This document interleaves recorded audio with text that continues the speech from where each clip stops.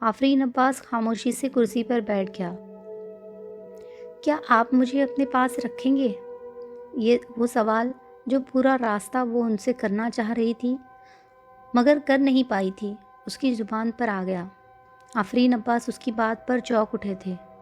یہ سوال کیوں کیا تم نے؟ میرا مطلب ہے آپ کی فیملی کو تو کوئی اعتراض نہیں ہوگا؟ اس نے اپنی بات وجہ کی تھی۔ میری کوئی فیملی نہیں ہے، صرف ایک بیٹا ہے اور اسے کوئی اعتراض نہیں ہوگا۔ وہ کھڑے ہو گئے تھے۔ وہ کچھ دیگر بیگس میں کپڑے اور چیزیں بھرنے میں مصروف رہی۔ سامان پیک کرنے کے بعد اس نے کمرے پر ایک نظر دوڑائی۔ اس کا بس چلتا تو وہ ہر چیز اٹھا کر ساتھ لے جاتی، لیکن وہ جانتی تھی کہ اس کمرے میں ہر چیز اس گھر میں کاٹ کباڑ سے زیادہ اہمیت نہیں پا سکے گی، اسی لیے اس نے صرف اپنے کپڑے اور امی کی کچھ چیزیں ساتھ لی تھی۔ آفرین عباس اب کھڑکی میں کھڑے باہر جھانک رہے تھے۔ کب سے رہ رہے ہو تم لوگ یہاں؟ باہر دیکھتے ہوئے انہوں نے اس سے پوچھا۔ ہمیشہ سے، انہوں نے اس کے جواب پر مڑ کر اندر دیکھا تھا۔ وہ بیگز اٹھانے لگے تو اس نے انہیں روکنے کی کوشش کی تھی۔ آپ رہنے دیں، میں خود اٹھا لوں گی۔ تم نہیں اٹھا سکتی، انہوں نے بیگز اس کے ہاتھ سے لے لیے تھے۔ میں آپ کو کیا کہہ کر پکاروں؟ اس نے انہیں دروازے کی طرف جاتے ہوئے رکا تھا۔ آفرین عباس خاموشی سے اس کا چہرہ دیکھتے رہے۔ جو کہنے میں آسانی ہو کہہ سکتی ہو، چاہو تو پاپا کہہ سکتی ہو۔ وہ ان کی بات پر گمسم ہو گئی تھی۔ آفرین عباس کمرے سے چلے گئے تھے۔ اور کتنی دیر یہاں بیٹھو گی؟ گیٹ کی طرف جاتے جاتے ایک بار پھر اس نے اسے وہاں بیٹھے دیکھا تھا اور وہ اس کی طرف آ گیا تھا۔ وہ اسے دیکھ مسکرایا۔ تم ان سیاہ کپڑوں میں ملبوس اس رات کا ایک حصہ لگ رہی ہو، لیکن میں نہیں چاہتا کہ رات کی طرح تم بھی ختم ہو جاؤ، اسی لیے اب اندر چلی آؤ، سردی بڑھ رہی ہے۔ اس کے لہجے میں اس کے لیے وہی نرمی تھی جس کی وہ ہمیشہ سے عادی تھی۔ تم کہاں جا رہے ہو؟ اس کی بات کا جواب دینے کے بجائے اس نے سوال کیا۔ کچھ کام ہے مجھے، کسی دوست کی طرف جانا ہے، اس نے یوں ہی کھڑے کھڑے بتایا۔ بات کرتے کرتے اسے لگا اس نے اس کی بات دھیان سے نہیں سنی۔ وہ پھر سر اٹھا کر پہلے کی طرح آسمان کو دیکھتا رہا۔ وہ کسی ملکوتی حسن کی مالک نہ تھی، پھر بھی کوئی عجیب بہت خاص چیز تھی اس کے چہرے میں، مگر کہاں یہ وہ بتا نہیں سکتا تھا۔ شاید آنکھوں میں یا شاید مسکراہٹ میں۔ ہاں صبا، لیکن کچھ ہے ضرور تم میں جس کی میں کبھی وضاحت نہیں بیان کر سکتا۔ آفرین نے ہمیشہ کی طرح اسے دیکھتے ہوئے سوچا، اندر جانے کا ابھی بھی کوئی ارادہ نہیں۔ اس نے ایک بار پھر اس سے کہا۔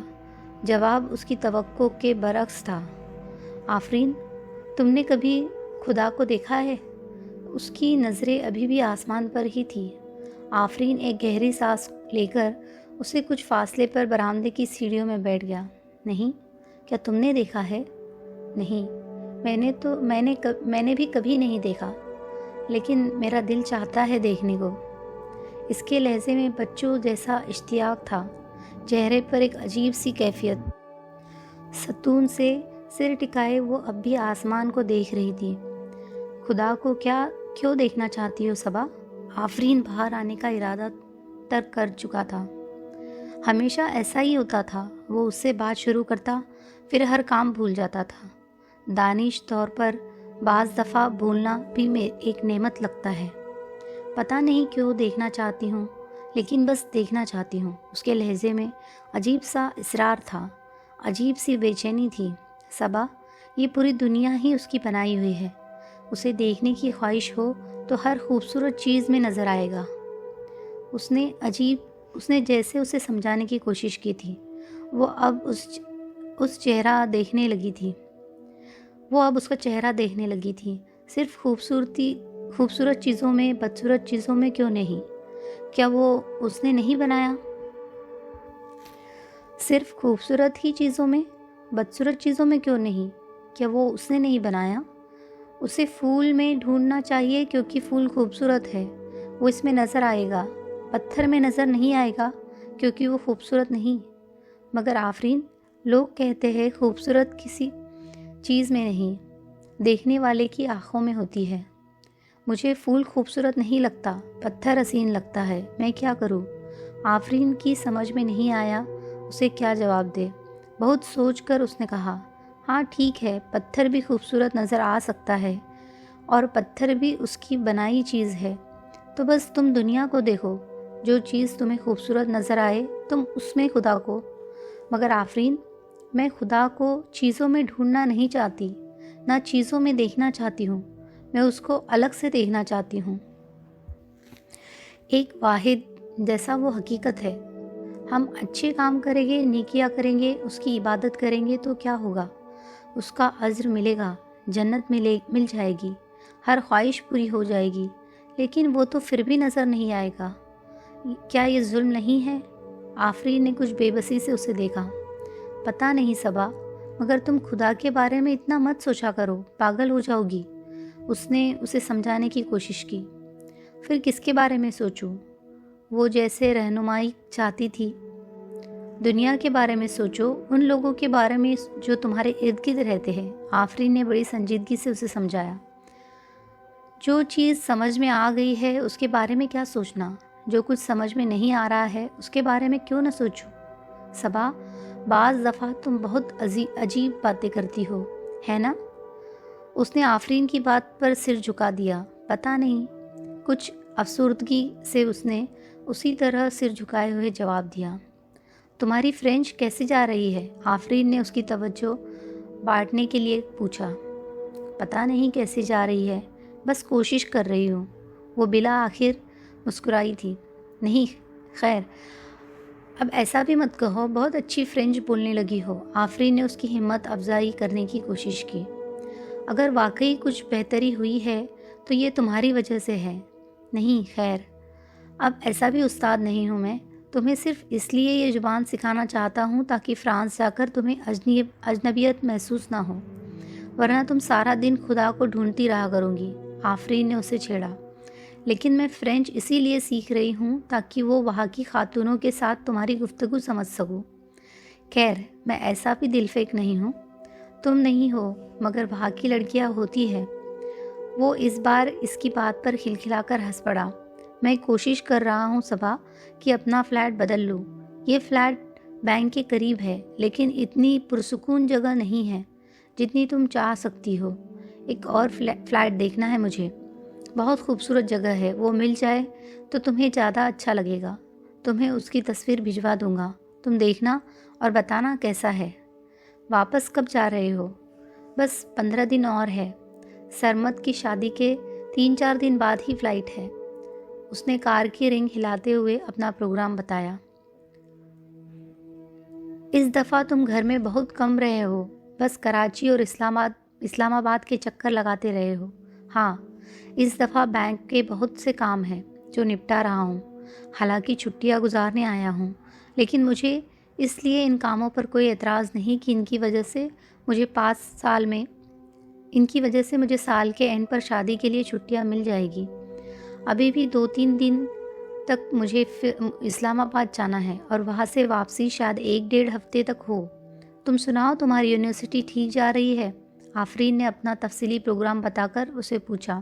ہاں ٹھیک جا رہی ہے، اس نے سوال کو مزید لپیٹا۔ اب تو کسی کو اعتراض نہیں ہے؟ آفرین نے مسکراتے پوچھا۔ جن کو اعتراض تھا ان کو اب بھی ہے اور رہے گا۔ اعتراض کرنے میں ٹیکس تو لگتا نہیں ہے، کسی کو فکر ہو۔ ہاں بس یہ ہے کہ اب بار بار کہتے نہیں ہیں مجھ سے، نہ امی نہ تایا وغیرہ۔ ہاں، پردے پر اب بھی اکثر لیکچر دیے جاتے ہیں، وہ ہلکی سی مسکراہٹ کے ساتھ اسے بتاتی جا رہی تھی۔ ویسے کیا ہے صبا، اگر تم پردہ کر لو؟ خوامخواہ سب کو ناراض کیا ہے تم نے، پھر کچھ ماہ ہی کی تو بات ہے، فرانس آ کر تم جیسے چاہو رہنا، چاہو تو اسکرٹ پہننا، چاہو تو ٹراؤزرز، مجھے کوئی اعتراض نہیں ہوگا۔ وہ اس کے لہجے میں چھپی شرارت بھاگ گئی۔ میں چادر سے اپنے آپ کو چھپاتی ہوں، میں دوسروں کی طرح بیہودہ لباس نہیں پہنتی ہوں، نہ ہی میک اپ کرتی ہوں۔ اگر لڑکوں کے ساتھ پڑھتی ہوں تو بھی انہیں ادائیں نہیں دکھاتی ہوں۔ ہاں، روایتی برقع نہیں لیتی۔ کیا تم کو بھی اس بات پر اعتراض ہے؟ وہ مسکراتی ہوئی اس کی بات سنتا رہا۔ نہیں، مجھے کوئی اعتراض نہیں ہے، نہ لڑکوں کے ساتھ تعلیم حاصل کرنے پر، نہ چادر لینے پر۔ میں صرف تمہاری آسانی کے لیے کہہ رہا ہوں۔ بہت حوصلے کی ضرورت ہوتی ہے اتنی ناراضگی اور مخالفت برداشت کرنے کے لیے۔ ہاں، اور مجھے بھی بہت حوصلہ ہے۔ تم نے شاید کہیں جانا تھا۔ صبا کو بات کرتے کرتے اچانک یاد آیا۔ ہاں، جانا تو ہے۔ خیر، پھر آپ کی گفتگو سے فیضیاب ہوں گے۔ اگر آپ کو برا نہ لگے تو اندر چلی جائے۔ آفرین گاڑی کو دیکھتے ہوئے کھڑا ہو گیا۔ صبا نے ایک بار پھر تاروں سے بھرے آسمان کو دیکھا تھا، پھر وہ کھڑی ہو گئی۔ خدا حافظ، وہ یہ کہہ کر برآمدے کی سیڑھیاں چڑھ کر دروازے کی طرف چلی گئی۔ آفرین وہی کھڑا اسے جاتا ہوا دیکھتا رہا۔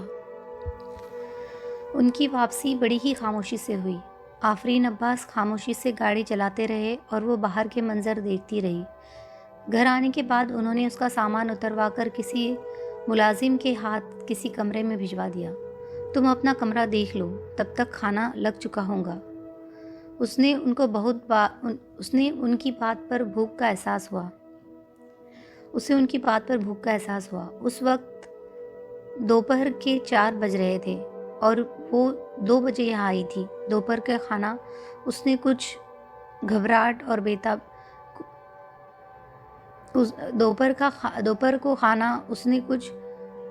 کچھ بے چینی میں نہیں کھایا تھا، لیکن اب کھانے کا نام سن کر ایک دم اس کی بھوک جاگ اٹھی تھی۔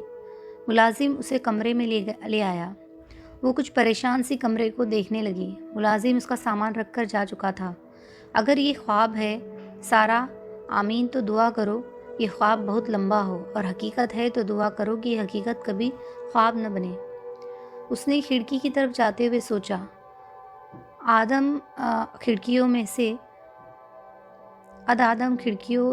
سے باہر کا واسع لان اور اپنی پوری خوبصورتی کے ساتھ نظر آ رہا تھا۔ کیا اس جگہ رہنا آسان ہوگا؟ اس نے باہر سے نظر ہٹا کر کمرے میں موجود آسائشوں پر تشویش بھری نظر ڈالی۔ اسے وہ سیلن شدہ کمرہ یاد آیا جہاں اس نے اپنی زندگی کے پچھلے 24 سال گزارے تھے۔ اس کا دل چاہا کہ وہ بھاگ کر واپس چلی جائے۔ ایلیس اینڈ ونڈرلینڈ کی کسی نے زور سے اس کے کانوں میں کہا۔ وہ دیوار کے ساتھ لگی کمرے کو دیکھتی رہی۔ بیڈ سے کارپیٹ اور کارپیٹ سے سامنے رکھے ٹی وی اور فریج تک ہر چیز اس کے لیے بہت عجیب تھی۔ وہ کتنی دیر یوں ہی چپ چاپ کمرے کو دیکھتی رہی۔ یک بکا یک اسے بہت تھکان محسوس ہونے لگی۔ وہ باتھ روم کا دروازہ کھول کر باتھ روم میں چلی آئی۔ چہرے پر پانی کی چھینٹیں مارتے ہوئے سامنے واش بیسن پر لگا ہوا آئینے میں اس کا عکس دکھا رہا تھا۔ اس کی نظر بہت دیر تک آئینے پر مقروض رہی۔ آئینے پورے باتھ روم میں جو سب سے بے معنی چیز دکھا رہا تھا وہ اس کا اپنا وجود تھا۔ تو سارا، احساس کمتری کا سلسلہ شروع ہو گیا ہے۔ سو اب تم کیا کرو گی؟ ایک بار پھر کسی نے اس کے کانوں میں کہکہا لگاتے ہوئے کہا۔ اس نے بے دلی سے اپنے عکس پر سے نظریں ہٹائی اور پانی بند کر دیا۔ تولیے سے چہرہ خشک کرنے کے بعد وہ کمرے میں آ گئے۔ تھوڑی دیر بعد ملازم نے آ کر اسے کھانا لگنے کی اطلاع دی۔ وہ اس کے ساتھ ہی ڈائننگ میں آ گئی۔ آفرین عباس موبائل پر کسی سے بات کر رہے تھے۔ اسے دیکھ کر انہوں نے موبائل بند کر دیا۔ آؤ سارا، انہوں نے کہا۔ ملازم نے ایک کرسی کھینچ دی۔ وہ کچھ نروس سی کرسی پر بیٹھ گئی۔ اسے وہ کھانا یاد آیا جو وہ اپنے گھر اپنی امی کے ساتھ کھاتی تھی۔ سارا، کھانا شروع کرو، آفرین عباس نے اس سے کہا۔ وہ ڈائننگ ٹیبل پر سب سے سادہ چیزیں ڈھونڈنے کی کوشش کرنے لگی۔ آفرین عباس نے اس کی مشکل آسان کر دی۔ انہوں نے اپنی اور اس کی پلیٹ میں کچھ چاول نکالے اور پھر آہستہ آہستہ وہ پلیٹ میں مختلف چیزیں رکھتی گئی۔ اس نے جھجکتے ہوئے کھانا شروع کر دیا۔ یہ پورا گھر تمہارا ہے، تم جیسے چاہو یہاں رہو، جو چاہے کرو۔ ہو سکتا ہے سارا دن بیکار رہ کر تم بور ہو جاؤ، اسی لیے چاہو تو اپنی اسٹڈیز کا سلسلہ دوبارہ شروع کر سکتی ہو۔ وہ اسے بات کرتے ہوئے بھی اس کو نہیں دیکھ رہے تھے، بس ہاتھ میں پکڑے ہوئے چمچ کو پلیٹ میں ڈالے ہوئے چاولوں میں پھیرتے رہے۔ اس نے جب کھانا ختم کیا تو تب بھی یوگ کی چاولوں کو پلیٹ میں ڈالے ہوئے تھے۔ شاید وہ صرف مجھے کمپنی دینے کے لیے کھانا کھانے بیٹھے تھے، ورنہ انہیں بھوک نہیں تھی، اس نے سوچا۔ کھانے کے بعد ملازم نے لان میں چائے لگا دی۔ وہ اسے ساتھ لے کر لان آ گئے۔ سارا نے انہیں چائے بنا کر دی اور ابھی اس نے اپنا کپ ہاتھ میں لیا تھا کہ کسی گاڑی کا ہارن بجا اور چوکیدار گیٹ کھولنے لگا۔ حیدر آیا ہے، آفرین عباس نے گیٹ کی طرف دیکھتے ہوئے کہا۔ سلور گرے کلر کی ایک کار اندر آئی اور اس میں سے اترنے والے شخص کو دیکھ کر وہ کافی حیران ہوئی۔ اس بندے نے اپنا کوٹ اور بریف کیس دونوں ملازم کو پکڑا دیے اور پھر کار کا دروازہ بند کر کے سیدھا لان کی طرف آیا۔ سارا اب بڑی حیرانی سے اس کے چہرے کو دیکھ رہی تھی۔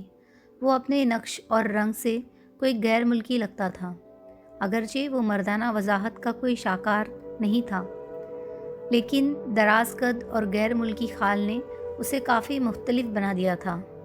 آنے والے نے بھی سارا کو قدرے حیرانی سے ہی دیکھا تھا۔ السلام علیکم، قریب آ کر حیدر نے کہا اور ایک کرسی کھینچ کر بیٹھ گیا۔ سارا، یہ میرا بیٹا حیدر ہے۔ آفرین عباس نے اس کا تعارف کروایا، اور یہ سارا ہے۔ ہیلو، حیدر نے بہت رسمی سے انداز میں کہا، اور پھر بہت شائستہ فرینچ میں اس نے باپ سے پوچھا، یہ کون ہے؟ آفرین عباس نے کچھ توقف کے بعد جواب دیا، صبا کی بیٹی ہے۔ کچھ توقف کے بعد حیدر نے ایک بار پھر سوال کیا، یہاں کیوں آئی ہے؟ حیدر، تم سے اس سلسلے میں بعد میں بات کروں گا، آفرین عباس نے سارا کے چہرے کو دیکھتے ہوئے کہا، جو کسی تاثر کے بغیر چائے پینے میں مشروب تھی۔ وہ جان نہیں سکے کہ وہ فرینچ جانتی ہے یا نہیں۔ سارا، تمہیں فرینچ آتی ہے؟ اس بار انہوں نے اردو میں سارا سے پوچھا۔ اس نے نظر اٹھا کر انہیں دیکھا۔ نہیں، آفرین عباس نے حسب توقع جواب پا کر سکون کا سانس لیا۔ حیدر نے چند لمحات میں اس کا تفصیلی جائزہ لے لیا تھا۔ حیدر کے لیے بھی چائے بناؤ، آفرین عباس نے سارا سے کہا۔ وہ خاموشی سے ہاتھ میں پکڑا ہوا کپ رکھ کر اس کے لیے چائے بنانے لگی۔ اب تو ہم بات کر سکتے ہیں نا؟ آپ بتائیں، یہ یہاں کیوں آئی ہے؟ حیدر ایک بار پھر فرینچ میں اپنے باپ سے مشروف گفتگو ہو گیا۔ حیدر، اب یہ یہی رہے گی؟ کیوں؟ حیدر نے قدرے حیرانی سے پوچھا۔ چائے لے لو، سارا نے گفتگو میں مداخلت کی۔ اس نے ایک رسمی سے شکریہ کے ساتھ کپ پکڑ لیا۔ وہ دوبارہ چائے پینے میں مصروف ہو گئی۔ صبا مر چکی ہے اور یہ اکیلی کیسے رہ سکتی ہے؟ اس بار حیدر نے سارا کو دیکھا۔ ان کی ڈیتھ کب ہوئی؟ ایک بار پھر اس نے باپ سے پوچھا۔ 5 دن پہلے۔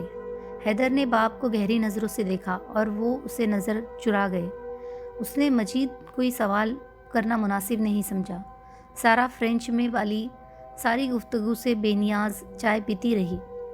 ایسا نہیں تھا کہ وہ گفتگو اس کی سمجھ میں نہیں آئی۔ جتنی روانی سے وہ دونوں فرینچ بول رہے تھے، وہ اتنی روانی سے فرینچ نہیں بول سکتی تھی، لیکن بہرحال وہ فرینچ نہ صرف بول لیتی تھی بلکہ اسے اچھی طرح لکھ پڑھ بھی لیتی تھی۔ بچپن میں اس نے ماں کو تنہائی میں بیٹھے یہی زبان بولتے دیکھا تھا۔ اس نے جاننے کی کوشش کی تھی کہ وہ کون سی زبان بولتی ہے۔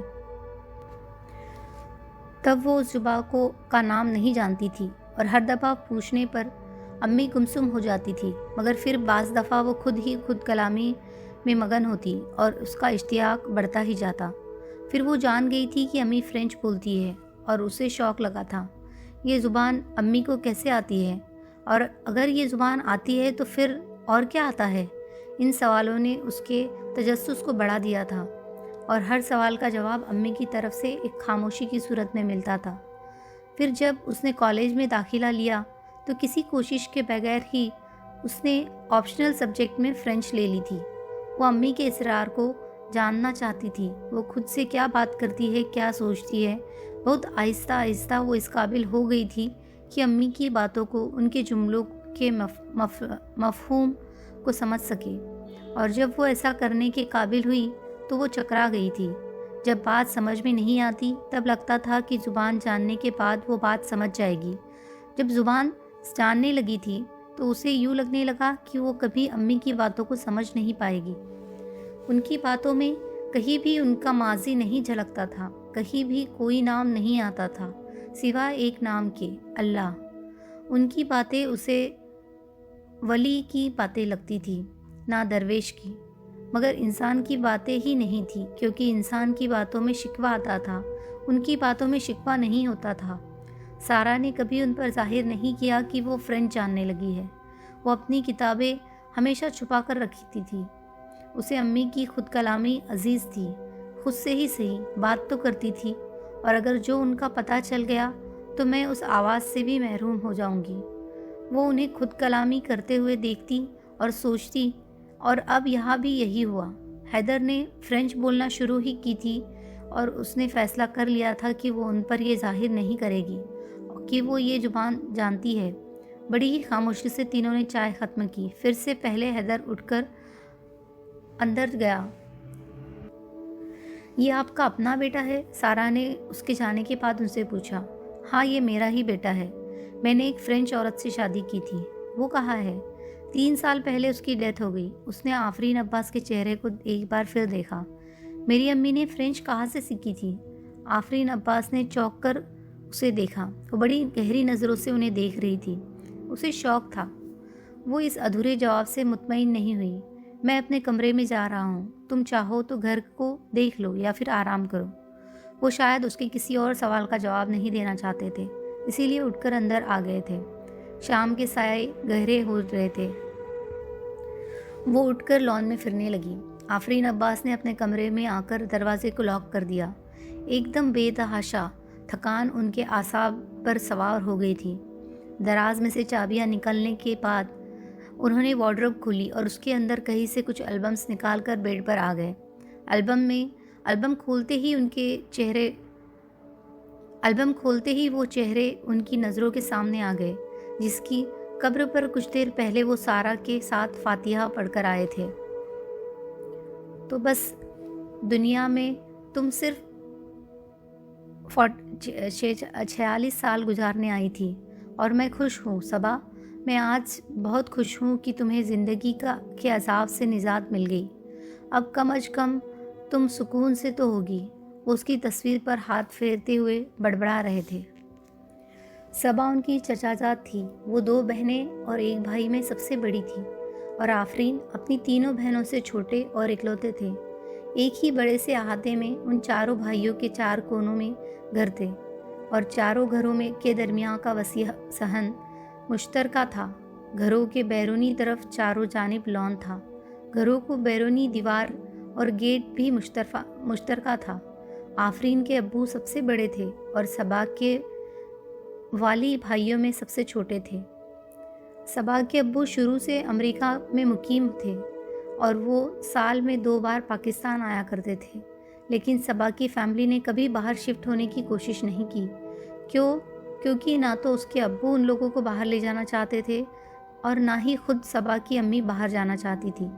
وہ اتنی دور نہیں جا سکتی تھی۔ نتیجہ یہ ہوا کہ شادی کے بعد وہ گھر میں ایک الگ حصے میں منتقل ہو گئی۔ وقت آہستہ آہستہ گزر رہا تھا۔ یہ گھرانہ ایسا تھا جہاں لڑکیوں کو بس اتنی تعلیم دی جاتی تھی جس سے انہیں لکھنا پڑھنا آ جاتا۔ صبا کے ساتھ بھی یہی ہوا تھا۔ میٹرک کرنے کے بعد وہ حیران ہوئی تھی جب بڑے تایا نے اسے گھر بیٹھنے کے لیے کہا۔ امی کی بھی یہی رائے تھی کہ اتنی تعلیم لڑکیوں کے لیے کافی ہوتی ہے۔ نہیں، مجھے تو آگے پڑھنا ہے اور میں ابو سے بات کر لوں گی، لیکن میں تعلیم نہیں چھوڑوں گی۔ اس نے 2 ٹوک جواب پر اس کی امی سکتے میں آ گئی تھی۔ گھر میں کوئی اس بات کو پسند نہیں کرے گا، اور خود تمہارے ابو بھی۔ پھر تمہیں پڑھ لکھ کر کرنا بھی کیا ہے؟ اس کی امی نے اسے سمجھانے کی کوشش کی تھی۔ پڑھنا لکھنا کوئی ایسی چیز نہیں ہے جس پر کسی کو اعتراض ہونا چاہیے، اور مجھے پڑھ لکھ کر کیا کرنا ہے یہ میں تعلیم حاصل کرنے کے بعد طے کروں گی۔ ابھی کیسے بتا دوں؟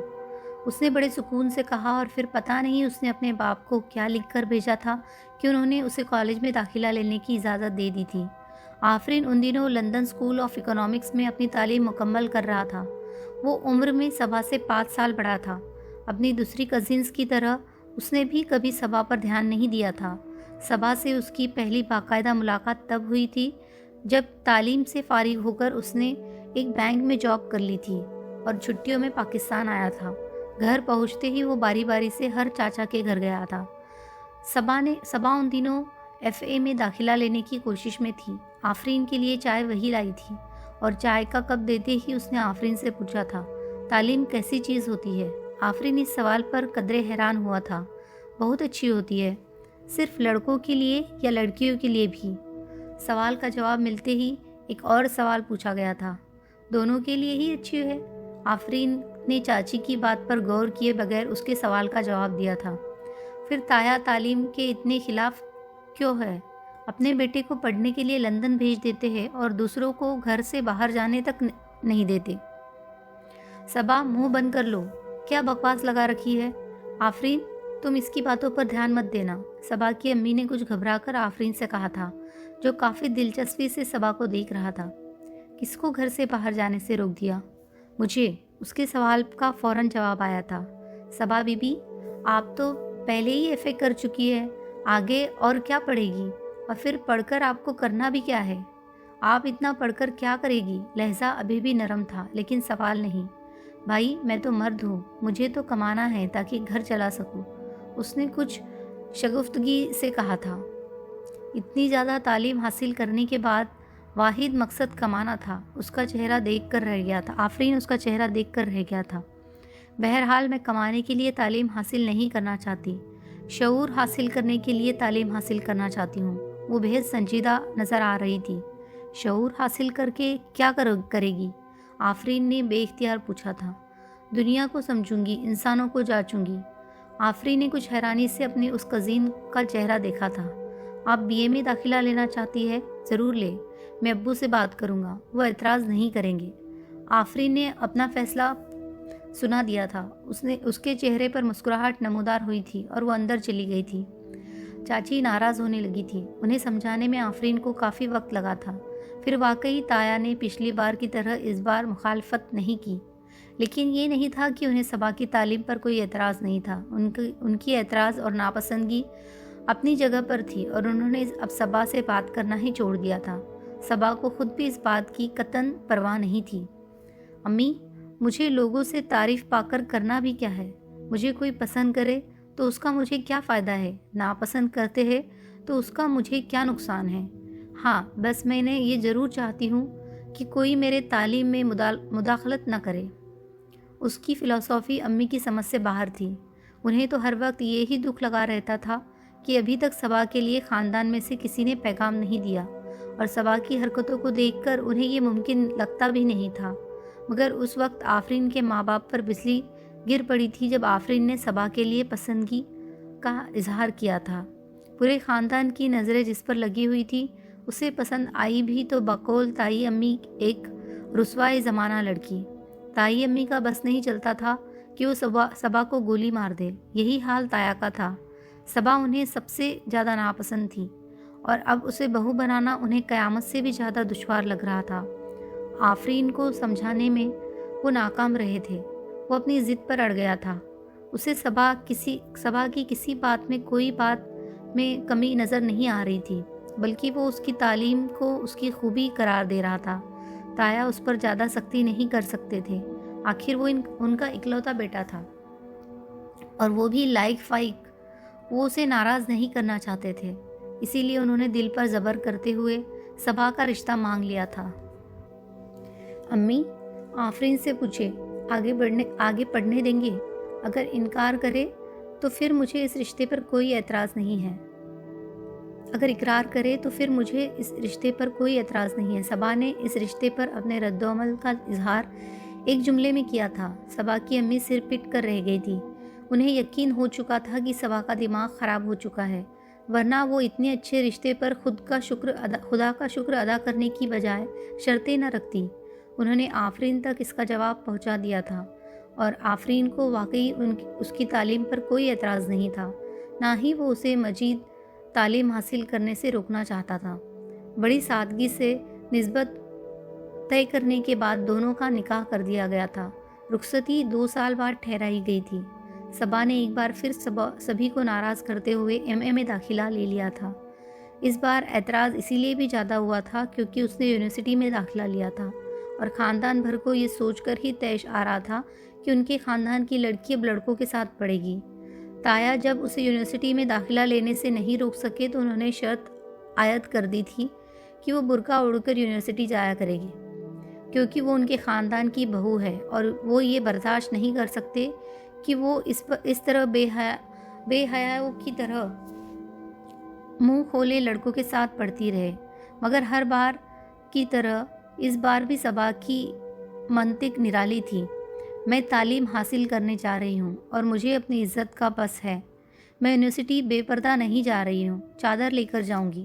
میرا سر اور جسم چادر سے چھپا رہے گا، مگر میں روایتی برقع نہیں پہنوں گی، اور اگر پہنوں گی بھی تو گھر سے پہن کر جاؤں گی اور دوسری لڑکیوں کی طرح یونیورسٹی جا کر اتار دوں گی۔ ایسا برقع ہمارے خاندان کو کیا فائدہ ہوگا؟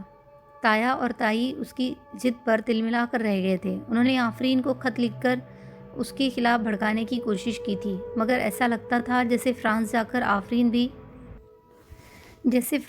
آفرین بھی اس کا ہمنوا ہو گیا تھا۔ وہ ان کے 5 خطوں کے جواب میں ایک خط لکھتا، اور وہ بھی اس بات کے ساتھ کہ صبا اگر برقع نہیں پہننا چاہتی تو نہ پہنے، اسے کوئی اعتراض نہیں ہے۔ یہی بات وہ صبا کو بھی خط میں لکھتا تھا۔ دونوں کے درمیان مسلسل خط و کتابت ہوتی رہتی، مگر یہ خطوط کوئی روایتی قسم کی خطوط نہیں تھی۔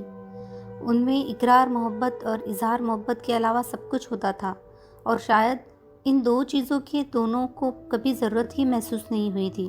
صبا کا خط آفرین کو کتاب کی طرح لگتا تھا، ہر لفظ کوئی نیا مفہوم، کوئی نیا معنی لیے ہوئے۔ وہ پڑھتا تھا، کچھ جملوں پر حیران ہوتا تھا، کچھ پر سکتے میں آ جاتا، کچھ پر اس کی سانس رک جاتی۔ خط دوبارہ پڑھتا تو کوئی دوسرا جملہ کسی دوسری دنیا کا دروازہ اس پر کھول دیتا۔ بعض دفعہ اس کا دل چاہتا وہ صبا سے کہہ دے، چیزوں کے بارے میں ایسے مت سوچو ورنہ زندگی گزارنا بہت مشکل ہو جائے گا۔ ہر دفعہ صرف سوچ کر رہ جاتا تھا، اسے کبھی لکھا نہیں پاتا۔ اس میں اتنی ضرورت ہی نہیں تھی۔ بعض دفعہ اس کا دل چاہتا وہ اس سے کہے کہ ہر چیز کے بارے میں سوچتی ہو، مجھے لکھ دیتی ہو، میرے بارے میں کیا سوچتی ہو یہ کیوں نہیں لکھتی؟ ایک بار اس نے ہمت کر کے یہ سوال اسے لکھ ہی دیا تھا۔ اسے اس کا جواب بھی ابھی تک یاد تھا۔ اس نے لکھا تھا، جس چیز سے بے حد محبت ہو اس کے بارے میں سوچنا نہیں چاہیے۔ سوچ شبہات کو پیدا کرتی ہے اور شبہ محبت کو ختم کر دیتا ہے۔ تم چاہتے ہو تم سے میری محبت ختم ہو جائے؟ وہ دوبارہ اس سے اپنے بارے میں کچھ جاننے کی فرمائش نہیں کر سکا تھا۔